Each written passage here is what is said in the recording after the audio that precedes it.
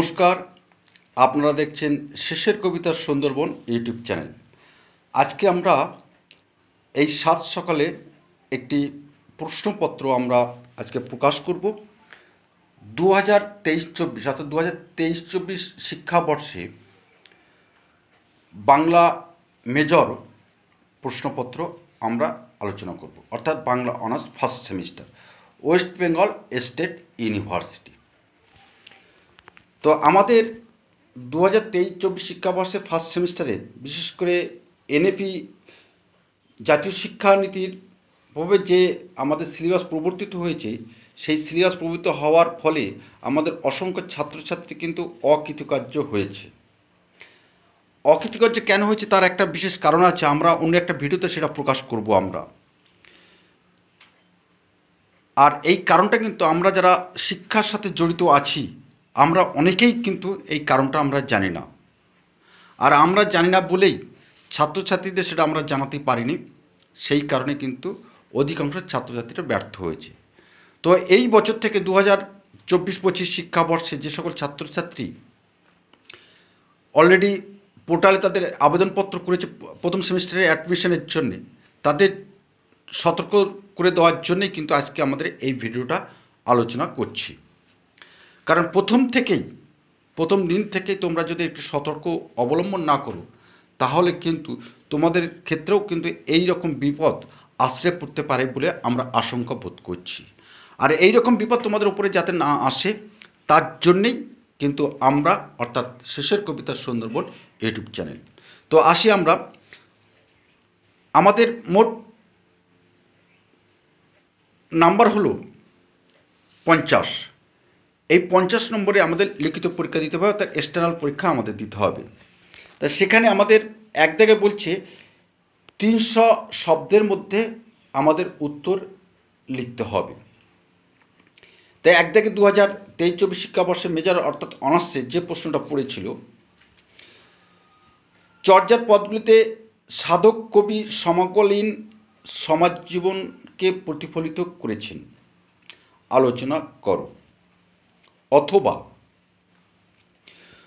মধ্যযুগের বাংলা সাহিত্যে একাধিক চণ্ডীদাসের অস্তিত্বকে কেন্দ্র করে যে সমস্যা উদ্ভূত হয়েছে সে সম্পর্কে আলোকপাত করো, অর্থাৎ চণ্ডীদাস সমস্যা।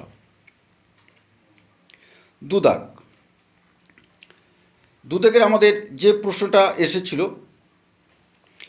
বাংলা মঙ্গল কাব্যের কবিরা তাদের রচনার প্রকান্তরে পৌরাণিক হিন্দু ধর্মের দেবতাদেরই নতুনভাবে প্রতিষ্ঠা দিতে প্রয়াসী হয়েছেন। এ বিষয়ে তোমার অভিমত ব্যক্ত করো। অথবা যে প্রশ্নটা ছিল, ধর্মমঙ্গল কাব্যধারায় সংক্ষিপ্ত পরিচয় দিয়ে কবি ঘনারাম চক্রবর্তী প্রতিভার পরিচয় দাও। একক 3, ভাগবত অনুবাদক হিসাবে কবি মালাধর বসুর কৃতিত্ব আলোচনা করো।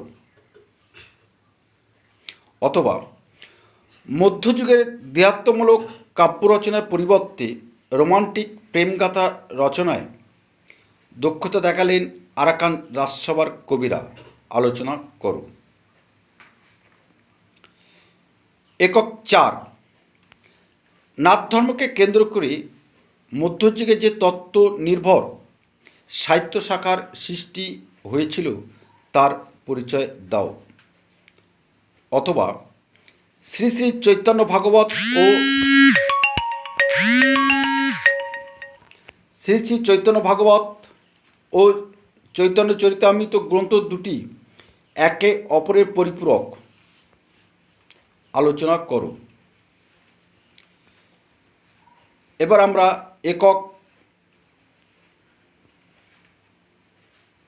2, সেখানে আমাদের 150 শব্দের মধ্যে আমাদের দুটি টিকা লিখতে হবে, যার মান পাস করে 10।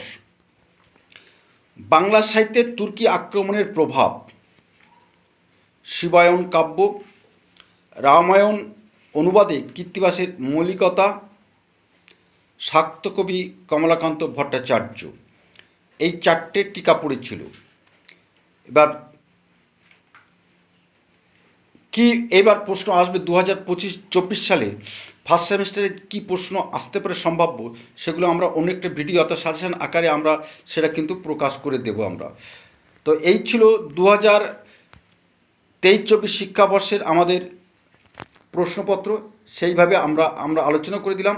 আশা করছি তোমাদের আগামী অর্থাৎ এই চলতি শিক্ষাবর্ষে যারা প্রথম সেমিস্টারে ভর্তি হবে তাদের ভীষণভাবে কাজে আসবে আশা করি। তো আজকে আসি, অন্য দিনে কোনো একটা ভিডিও ঠিক তোমার সাথে আমাদের ঠিক এরূপভাবে দেখা হবে। আর তোমাদের যদি কোনো রকমভাবে সমস্যা হয় তাহলে আমাদেরকে সরাসরি হোয়াটসঅ্যাপে এবং কমেন্টস বক্সে আমাদেরকে জানাবে। আমরা প্রত্যেকটি ছাত্রছাত্রীর কিন্তু কমেন্টস উত্তর দিয়ে থাকি।